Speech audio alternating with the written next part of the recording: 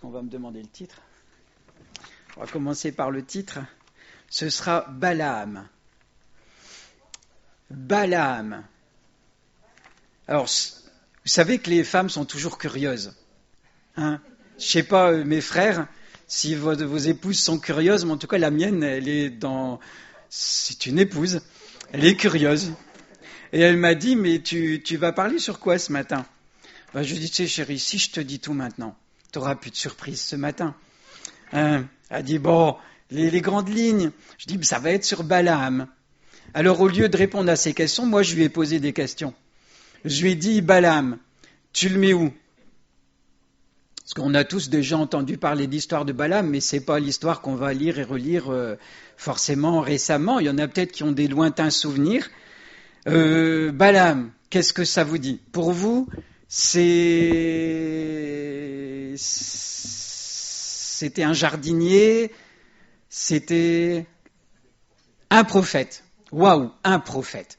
Donc, si c'était un prophète, c'était quelqu'un qu'on va vraisemblablement classer dans les gens bien. Qui pense que c'est quelqu'un de bien? Qui pense que c'est quelqu'un de pas si bien que ça? Bon, il y en a beaucoup, ils sont sans opinion quand même. Hein? Ben oui, et je sais que dans les histoires d'enfants, dans les livres d'enfants, on voit souvent Balaam sur son ânesse et puis un ange devant qui barre la route. C'est peut-être les seuls souvenirs que certains ont. Et ce matin, je vous propose de lire ensemble cette histoire. Alors pourquoi cette histoire? C'est parce que c'était au fil de mes lectures. Je l'ai lu et ça m'a interpellé. Et je me suis dit que ça m'a parlé dans la lignée de la dernière prédication que j'ai faite, où il était question de mélange, de mélange de choses bonnes et de choses mauvaises. Ça avait un autre nom, c'était les dissonances. Vous vous souvenez, mais c'est toujours dans la même lignée. Et justement, Balaam, c'était un personnage dans le cœur duquel il y a aussi du mélange. Et on va regarder de près quel type de mélange c'était et on verra ce qu'on peut en tirer pour nous. Alors, on ne va pas faire toute la lecture parce que ce serait trop long, il y a plusieurs chapitres à lire, mais on va lire un petit extrait, juste le début. Donc ça se trouve dans le livre des Nombres, au chapitre 22,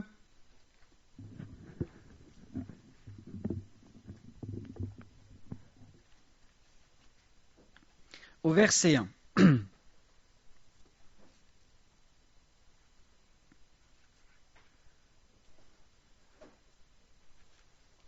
Nombre 22, 1. Les enfants d'Israël partirent et ils campèrent dans les plaines de Moab au-delà du Jourdain vis-à-vis de Jéricho. Balak, fils de Tsippor, vit tout ce qu'Israël avait fait aux Amoréens. Et Moab fut très effrayé en face d'un peuple aussi nombreux.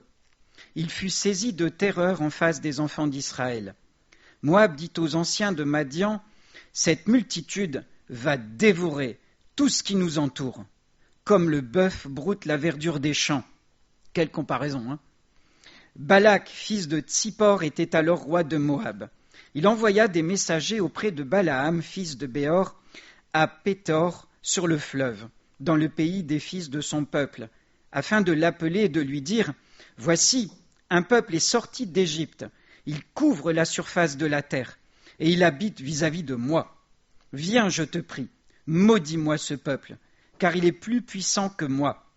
Peut-être ainsi pourrais-je le battre et le chasserai-je du pays, car je sais que celui que tu bénis est béni, et que celui que tu maudis est maudit. » Les anciens de Moab et les anciens de Madian partirent, ayant avec eux des présents pour le devin. Ils arrivèrent auprès de Balaam et lui rapportèrent les paroles de Balak. Balaam leur dit, « Passez ici la nuit, et je vous donnerai réponse d'après ce que l'Éternel me dira. » Et les chefs de Moab restèrent chez Balaam. Dieu vint à Balaam et dit, « Qui sont ces hommes que tu as chez toi ? Balaam répondit à Dieu, Balak, fils de Tsippor, roi de Moab, les a envoyés pour me dire, voici un peuple est sorti d'Égypte et il couvre la surface de la terre. Viens donc, maudis-le. Peut-être ainsi pourrais-je le combattre et le chasserai-je. Dieu dit à Balaam, tu n'iras point avec eux. Tu ne maudiras point ce peuple, car il est béni. Balaam se leva le matin, et il dit au chef de Balak, allez dans votre pays, car l'Éternel refuse de me laisser aller avec vous. Et les princes de Moab se levèrent, retournèrent auprès de Balak, et dirent, Balaam a refusé de venir avec nous. On va s'arrêter là.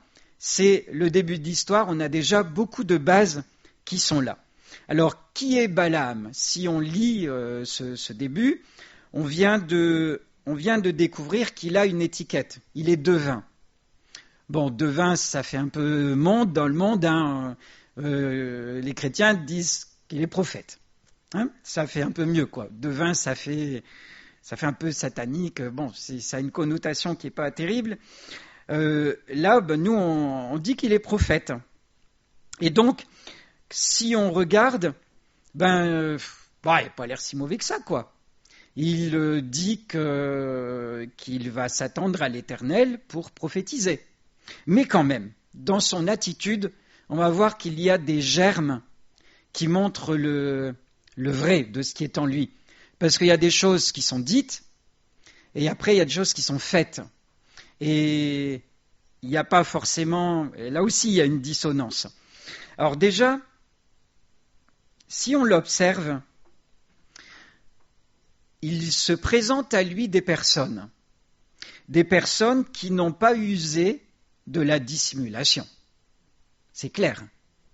Ce sont des Moabites qui viennent, qui ne sont pas forcément des amis du peuple d'Israël, c'était des ennemis, et ils viennent en affichant clairement leur couleur.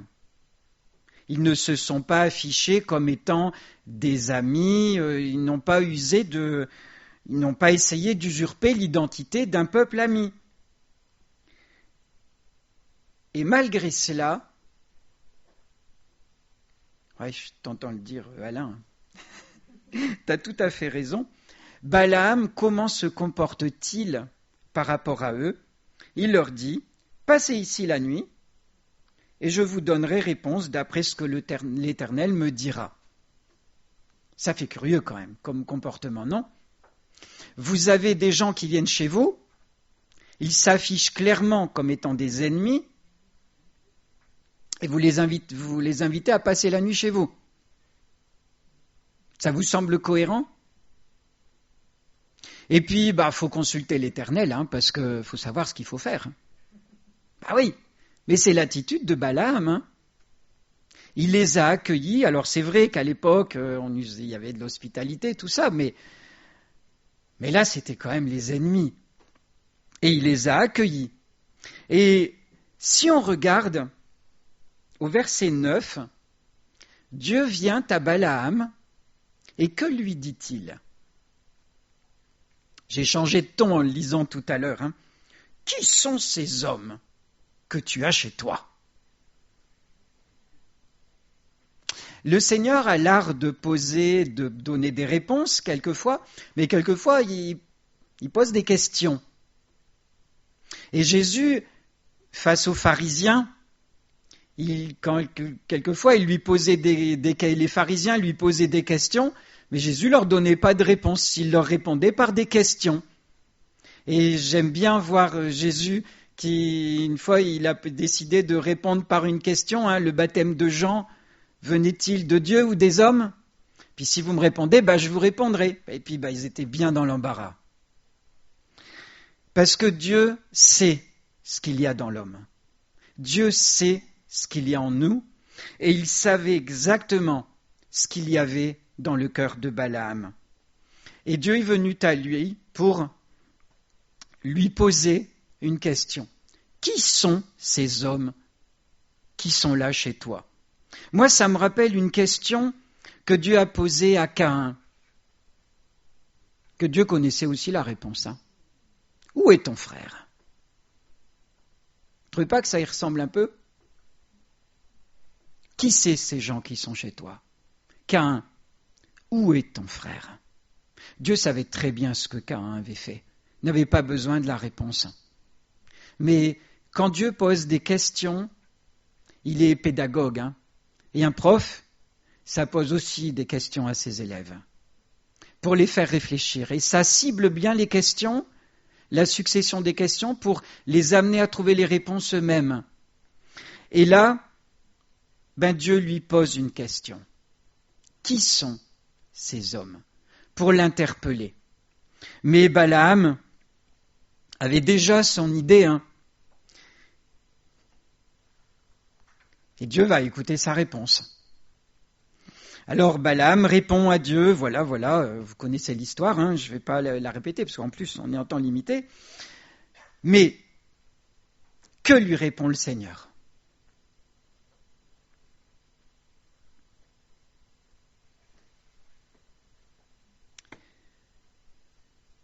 Verset 10. Dieu dit à Balaam, c'est verset 12, premièrement, tu n'iras point avec eux. C'est clair.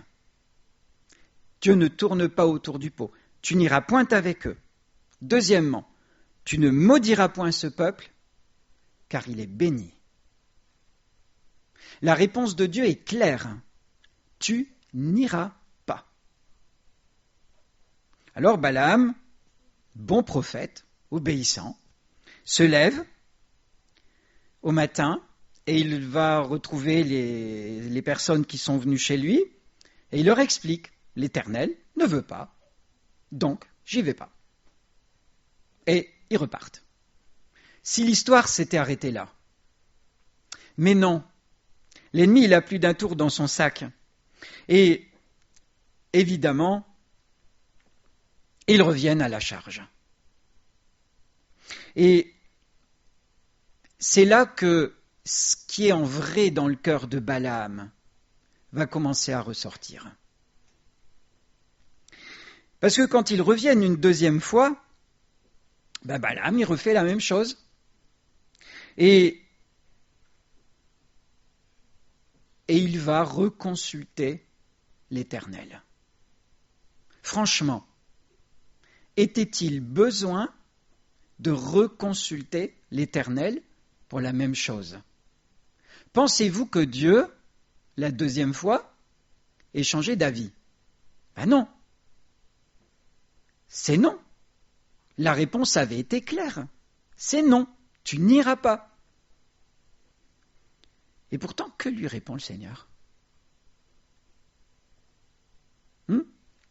Alain, il est branché. Mais la deuxième fois, on va lire le verset 18, Balaam répondit et dit au serviteur, « Quand Balak me donnerait sa maison pleine d'argent et d'or, je ne pourrais faire aucune chose, ni petite ni grande, contre l'ordre de l'Éternel mon Dieu. » Sa première réponse paraît bien. Encore que vous me donneriez tout l'or du monde, je ne désobéirai pas à mon Dieu. Maintenant, je vous prie, restez ici cette nuit, et je saurai ce que l'Éternel me dira encore. Pourquoi redemander l'avis de l'Éternel? Et la deuxième fois, verset 20, Dieu vint à Balaam pendant la nuit et lui dit, « Puisque ces hommes sont venus pour t'appeler, lève-toi, va avec eux, mais tu feras ce que je te dirai. » Alors je me demande, est-ce que Dieu lui a dit ça ou est-ce qu'il croit avoir entendu ça? Toujours est-il qu'il a décroché l'accord de Dieu. Et moi, ça me fait penser un peu à l'histoire de Pharaon. Vous savez, Pharaon, au début, quand il a résisté, qu'il ne voulait pas laisser partir le peuple, c'est écrit qu'il a endurci son cœur. Pharaon endurcit son cœur. Et après plusieurs plaies, c'est plus écrit que Pharaon a endurci son cœur. C'est écrit que Dieu a endurci le cœur de Pharaon. Et là, j'ai envie de penser que ça y ressemble un peu. Vous savez, Dieu nous connaît. Il sait ce qu'on a à l'intérieur. Il a déjà donné sa réponse. Mais Balaam, il revient pour reposer sa question. Vous savez, on a des enfants. Les enfants, ils tentent la première fois. Papa, maman, je peux... Non. Forcément, il va revenir à la charge. Je peux... Bon. Alors, soit on reste ferme, soit, à force d'être importuné, on va commencer à laisser un peu de mou. Là, on dirait que le Seigneur a décidé d'aller dans son sens. Puisque tu veux y aller, vas-y. Vous savez, Dieu, il nous a créés à son image pour qu'on vive en relation avec lui. Dieu veut être aimé. Quelque part, il a besoin de cette relation. C'est pour ça qu'il nous a créés. Il a besoin de cette communication. De la même façon qu'il est écrit qu'il n'est pas bon que l'homme soit seul, de la même façon, Dieu a créé des êtres pour vivre en relation avec lui. Et si on oblige quelqu'un à nous aimer, est-ce que ça peut fonctionner? Non. Dieu veut qu'on lui obéisse de tout notre cœur. Et si on y est obligé, est-ce que ça a de la valeur? Non, ça n'a pas de valeur. Alors Dieu savait ce qu'il y avait dans le cœur de Balaam. Écoute, puisque tu veux y aller, vas-y. Et voilà, Balaam, tout content d'avoir décroché cet aval divin, il y va. C'est pas fait prier, hein. Il se lève de bon matin au verset 21, il selle son ânesse et il partit avec les chefs de Moab. Mais voilà que sur la route, les choses commencent à se gâter. Et on pourrait avoir l'impression que le Seigneur, qu'est-ce qu'il dit, quoi? Il a dit d'y aller, puis d'un seul coup, il barre la route.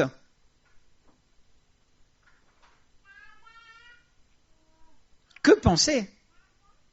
En fait, Dieu ne nous a pas créés pour faire de nous des esclaves. On est libre. On est libre de choisir. Mais Dieu nous aime. Et il va quand même mettre des barrières s'il voit qu'on va sur un mauvais chemin pour nous faire réfléchir, pour nous interpeller. Et là, il essaye d'interpeller Balaam pour lui dire « Mais Balaam, qu'est-ce que tu es en train de faire ?» Mais Balaam ne fait même pas le lien entre le comportement de son ânesse et de ce que Dieu lui a déjà dit à la première fois. Alors, on ne va pas tout lire parce que ce serait trop long, mais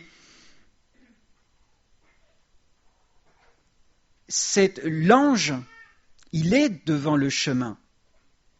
Et l'ânesse le voit, mais Balaam, lui, ne voit rien du tout.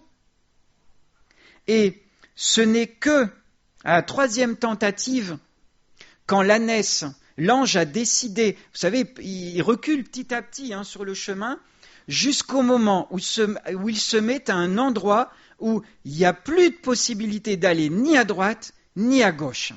Jusque-là, l'ânesse s'était écartée, et là, comme il fallait continuer pour aller au bon endroit avec les Moabites, l'ange s'était mis à un endroit du chemin où c'était resserré, et l'ânesse ne pouvait plus aller ni à droite ni à gauche.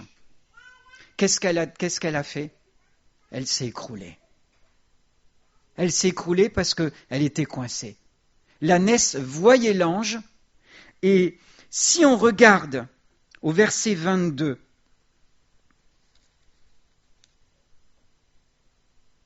pardon, c'est pas le verset 22, le 27, oui. l'ânesse vit l'ange de l'Éternel et s'abattit sous Balaam. La colère de Balaam s'enflamma et il frappa l'ânesse avec un bâton. Franchement, si vous comparez l'attitude de Dieu avec Balaam et l'attitude de Balaam avec son ânesse, on va se rendre compte que Balaam est beaucoup plus méchant, beaucoup plus sévère. Regardez un peu comment Dieu fait. Il l'amène à réfléchir. Il y va progressivement, Dieu, pour que Balaam puisse enfin comprendre qu'il est sur un mauvais chemin. L'ânesse, elle fait un peu comme Balaam, elle a l'air bien têtue. Balaam, il voudrait qu'elle aille dans une direction, mais elle va dans une autre. Et que lui dit Balaam ? Si je pouvais, je t'aurais déjà tué. Il est horrible avec son ânesse. Il est beaucoup plus horrible. Dieu est compatissant. Il a beaucoup plus de compassion pour Balaam. Et quand Balaam est confronté à Dieu, quand ses yeux s'ouvrent, il s'humilie. On aurait l'impression qu'il a compris. Il s'humilie. L'Éternel ouvrit les yeux de Balaam. Balaam vit l'ange. Et un peu plus loin, Balaam dit à l'ange au verset 34, « J'ai péché, car je ne savais pas que tu t'étais placé devant moi. Et maintenant, il ne dit pas « je m'en retournerai », si tu me désapprouves. » Il se moque du monde quand même, Balaam, non ? Vous ne trouvez pas ? Vous n'allez pas me dire qu'il n'est pas au courant que Dieu le désapprouve. C'est « si tu me désapprouves, je ferai demi-tour ». Il est encore en train d'essayer de négocier auprès de Dieu lui-même de pouvoir continuer sur son chemin. Pensez-vous que Dieu n'a pas compris ce qu'il y avait à l'intérieur ? Ben si. Et c'est pour ça que l'ange ne va pas lui dire « maintenant je te laisse plus le choix, tu rentres tout droit à la maison », comme un père dirait à son enfant. Non. L'ange, de la part de Dieu, va lui dire « allez, va, continue. Puisque ton cœur est tellement dur, alors tant pis, continue. Tu comprendras peut-être à l'étape suivante. » Parce que Dieu ne veut pas qu'on lui obéisse sous la contrainte. Dieu veut qu'on obéisse de tout notre cœur. Et donc Balaam continue. Et quand il arrive au verset 37, Balak l'accueille. « N'ai-je pas envoyé des messagers auprès de toi pour t'appeler ? Pourquoi n'es-tu pas venu vers moi ? Ne puis-je donc pas te traiter avec honneur ?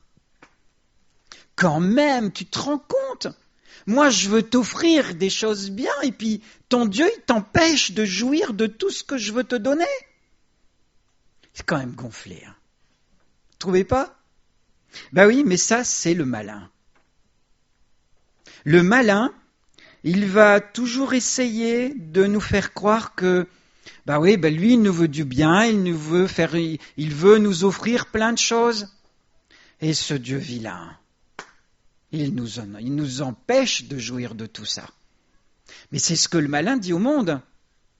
Et là, on le voit, c'est la même chose. C'est toujours la même voie, c'est toujours la même source de mensonges qui coulent. Si on lit la suite, on va constater que Balaam, finalement, il a beau être têtu, il va quand même pas faire tant de mal que ça. Hein. Parce que, regarde, si vous lisez la suite, il va prophétiser des choses bonnes, il va dire ce que Dieu met dans sa bouche, il ne va pas maudire le peuple au point que Balak, au bout d'un moment, il va quand même en avoir marre, au point de dire, écoute, je te demande de le maudire, et puis toi, tu le bénis. Alors écoute, je te demande plus de le maudire, mais au moins, arrête de le bénir. Si vous lisez la suite, c'est ça, hein. Il va peu à peu descendre dans ses exigences. On aurait presque envie de dire, Balaam, finalement, il n'est pas si mauvais que ça, hein. Il va quand même dire la bénédiction par rapport au peuple d'Israël de ce que Dieu met dans sa bouche. Vous ne trouvez pas?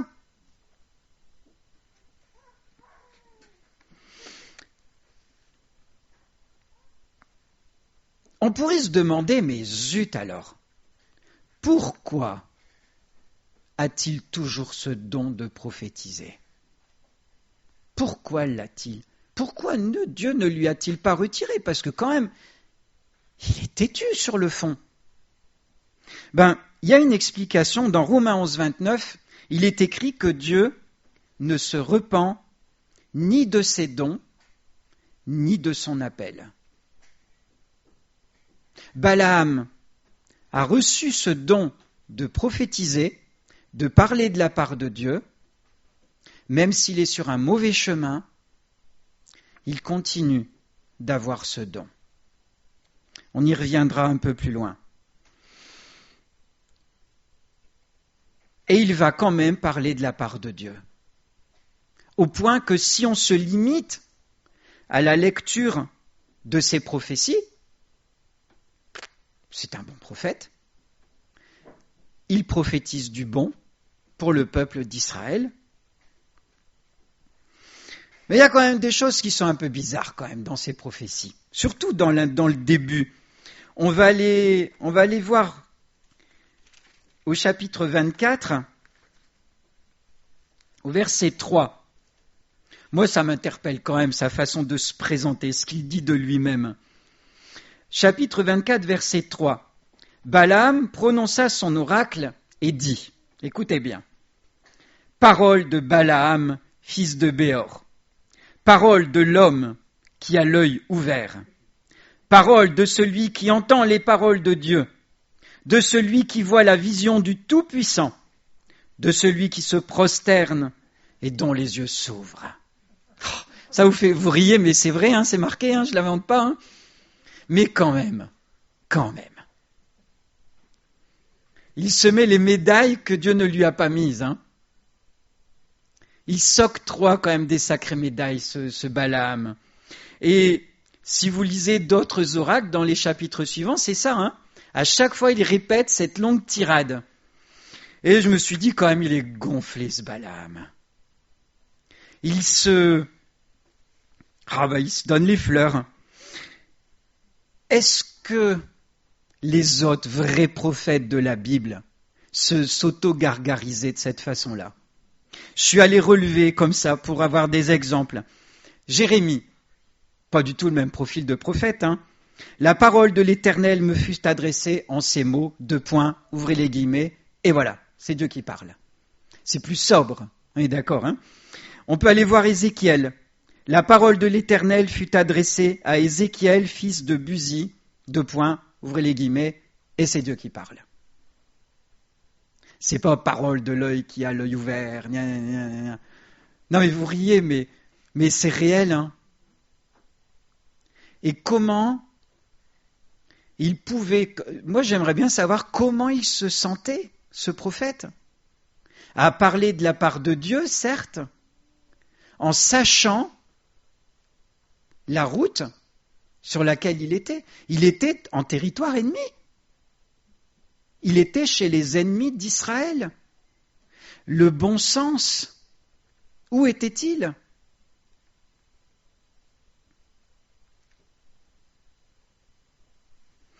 Et pourtant, l'Esprit de Dieu parle quand même dans sa bouche. C'est fou, hein? Mais moi, ça me fait penser, Jésus, il a dit, s'ils se taisent, les pierres crieront. Dieu a le pouvoir d'utiliser n'importe qui pour parler, même les pierres. Et pourtant, on ne va pas dire que les pierres vont être sauvées, parce qu'elles ont parlé. Et quelquefois, Dieu peut te parler par la bouche de quelqu'un du monde qui va te donner une parole qui vient du Seigneur. Ça vous est jamais arrivé? Un encouragement que vous avez pu avoir et qui venait de quelqu'un qui n'étaient pas chrétiens. Et Dieu vous a parlé par sa bouche. Ça arrive. Et il n'y a pas qu'à moi que c'est arrivé. Et, eh ben oui, Dieu est tout-puissant. Et il peut utiliser n'importe qui.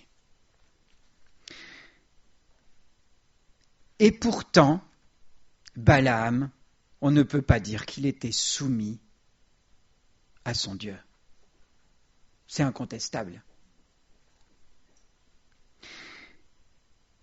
Et il a donc transmis un mauvais exemple.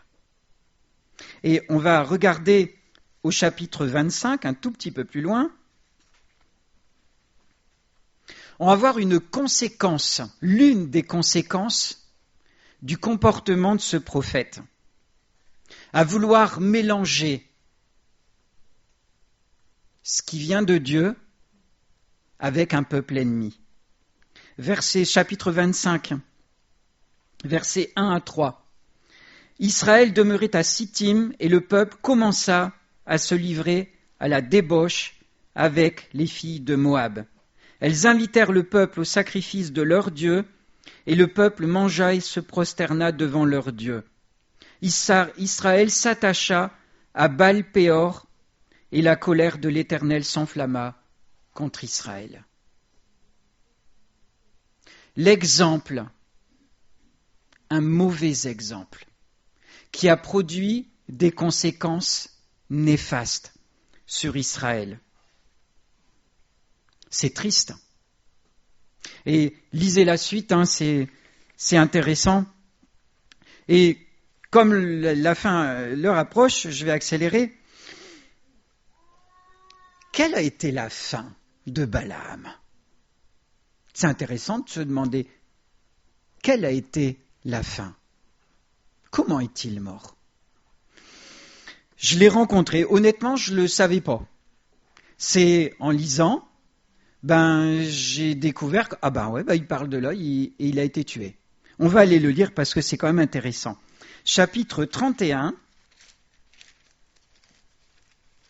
versets 7 et 8.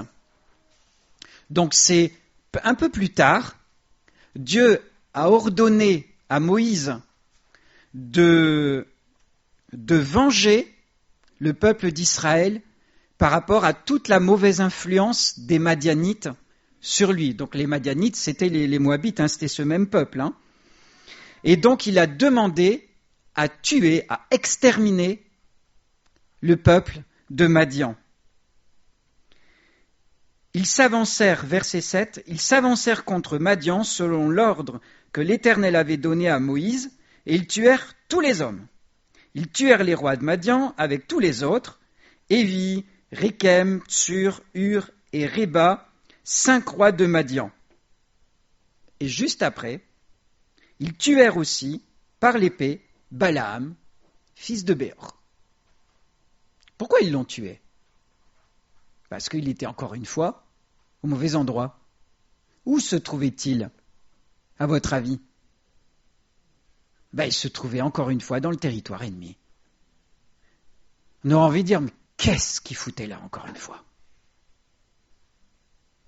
Est-ce qu'il avait écouté la voix du Seigneur, qui lui avait dit, tu n'iras pas ?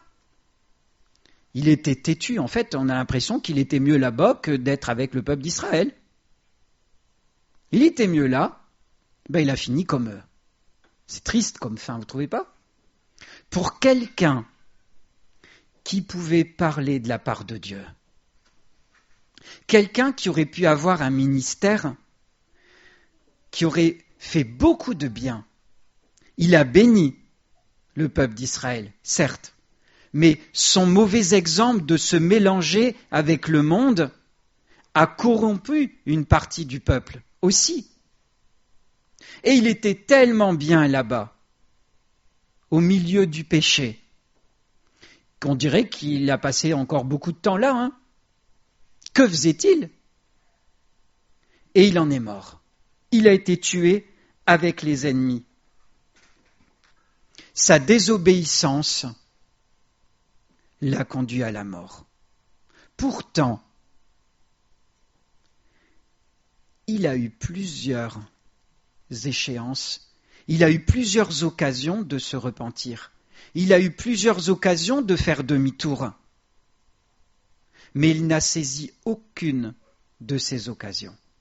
Il a continué sur son chemin de désobéissance et il y a laissé la vie.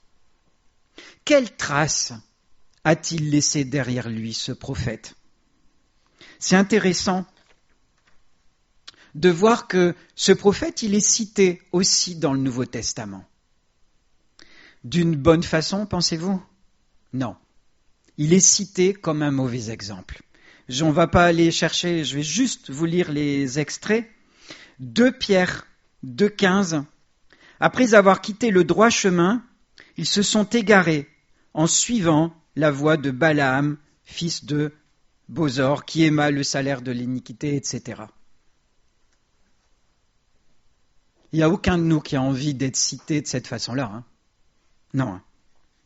Jude 1,11, à peu près le même contexte. Malheur à eux, car ils ont suivi la voie de Caïn, ils se sont jetés pour un salaire dans l'égarement de Balaam, ils se sont perdus par la révolte de Corée. Caïn, Balaam, Corée. Oh. Ce sont des sinistres exemples dans l'histoire. Et ils sont cités là dans le Nouveau Testament. Et je voudrais terminer par un verset qui doit nous faire réfléchir. Je sais que Pascal, il l'a déjà cité, mais c'est un verset qui m'interpelle quand même. Mais là, au moins, on a un exemple concret de quelqu'un qui entre dans ce cadre-là. C'est Jésus qui l'a dit dans Matthieu 7, 21. « Ceux qui me disent « Seigneur, Seigneur », n'entreront pas tous dans le royaume des cieux, mais celui-là seul qui fait la volonté de mon Père qui est dans les cieux. » Celui-là seul qui fait la volonté de mon Père qui est dans les cieux. Il n'y a pas photo. Hein. Si on n'obéit pas au Seigneur, on ne fait pas sa volonté.